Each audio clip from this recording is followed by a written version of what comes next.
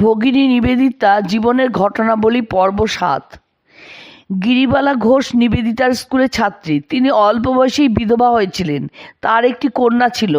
বাগবাজারে মামার বাড়িতে তিনি থাকতেন। কন্যাটি 1 বছর মাত্র স্কুলে যাওয়ার পর তার বিয়ে হয়ে যায়।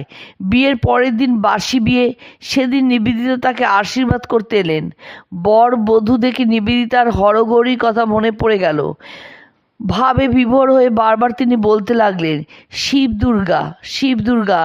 বাসর ঘরে হাঁটু গেড়ে বসে হাত দুটি বাড়িয়ে ঢুলে ঢুলে অনবরত শিব দুর্গা বলে চলেছেন। চারপাশের কোনো কিছুর দিকেই তার মন নেই। কিছুক্ষণ এইভাবে থেকে আপন মনে ঘর থেকে বের হয়ে গেলেন। কবিতা বুঝবার শক্তি নিবেদিতার অসামান্য ছিল। শূন্য পুরাণের শিব সম্বন্ধে একটি ছড়া দীনেশচন্দ্র সেন নিবেদিতাকে দেখিয়েছিলেন। তাতে লেখা ছিল, শিব কেন তুমি ভিক্ষা করে খাও? ভিক্ষা বড় হীনবৃত্তি। কোনো দিন কিছু জোটে, কোনো দিন রিক্ত ভাণ্ডে ফিরে আসে। যদি তুমি চাষ করে ধান ভানো তাহলে তোমার এ কষ্ট দূর হবে। হে প্রভু, কতদিন তুমি উলঙ্গ হয়ে কেঁদো, বাঘের ছাল পরে কাটাবে?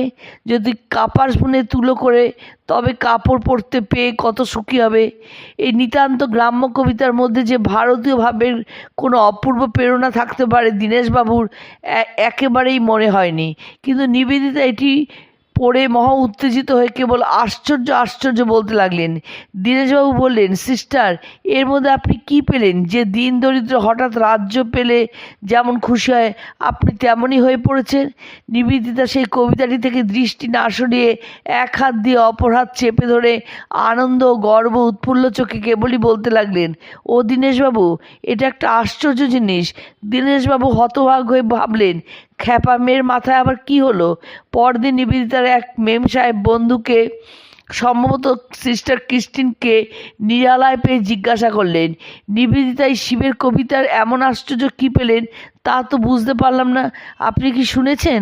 তিনি বললেন, শুনেছি। সাধারণ ভক্ত উপাসক তাদের দেবতাদের কাছে সাহায্য চেয়ে প্রার্থনা করে, ঠাকুর আমায় ধন দিন, যশ দিন, মান দিন, স্বাস্থ্য দিন, আরও কত প্রার্থনা করেন। কিন্তু ওই কবিতায় ভক্ত তার উপাস্যের প্রতি অনুরক্ত হয়ে নিজেকে সম্পূর্ণভাবে ভুলে গিয়েছেন।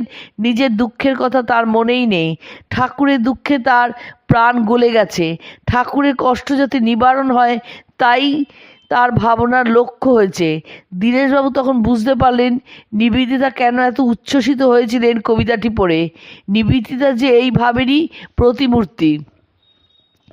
নিবেদিতা সবসময় চেষ্টা করতেন আচার আচরণ, ভাষা, বেশভূষা, শিক্ষা, সঙ্গীত সব কিছুর মধ্যেই দিয়ে তার ছাত্রীদের মধ্যে জাতীয়তার ভাবটি দৃঢ়ভাবে অঙ্কিত করে দিতে। প্রতিদিন স্কুলে বন্দে মাতরম গাওয়ার প্রচলন করেছিলেন। কোনো স্বদেশী জিনিস যত নগণ্যই হোক না কেন তার কাছে দেবতার বিগ্রহের মতো আদরণীয় ছিল। ছাত্রীদের মধ্যে দেশীয় সব কিছুকে একটা গভীর ভাব নিয়ে দেখার দৃষ্টি তিনি সঞ্চারিত করতে চাইতেন। একবার কিছু রাজবন্দীকে ব্রিটিশ সরকার আন্দামান থেকে মুক্তি দিল। নিবেদিতা সেই উপলক্ষে স্কুলের দ্বারদেশে কলাগাছ ও মঙ্গল ঘট স্থাপন করে সাজালেন এবং সেই আনন্দে সেদিন স্কুল ছুটি দিয়ে দিলেন। সুরেন্দ্রনাথ ব্যানার্জির বক্তৃতা শোনানোর জন্য তার ছাত্রীদের মধ্যে যারা একটু বড় তাদের গাড়িতে করে নিয়ে ব্রাহ্ম স্কুলে নিয়ে যেতেন।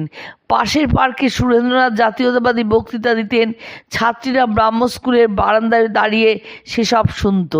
একদিন আচার্য জগদীশচন্দ্র বসুর স্ত্রী লেডি অবলা বসু স্কুলে এসেছেন। নিবেদিতা তাকে নিয়ে কত আনন্দ করতে লাগলেন। মেয়েদের দিয়ে বঙ্গ আমার জননী আমার গানটি গাইয়ে শোনালেন। সেই গান মেয়েরা যখন গাইছে নিবেদিতার আনন্দ আর ধরে না। তার চোখ দিয়ে আনন্দে জল পড়তে লাগলো। অনেক ছাত্রী তিনি শ্বেতাঙ্গিনী বলে তার হাতে খেত না।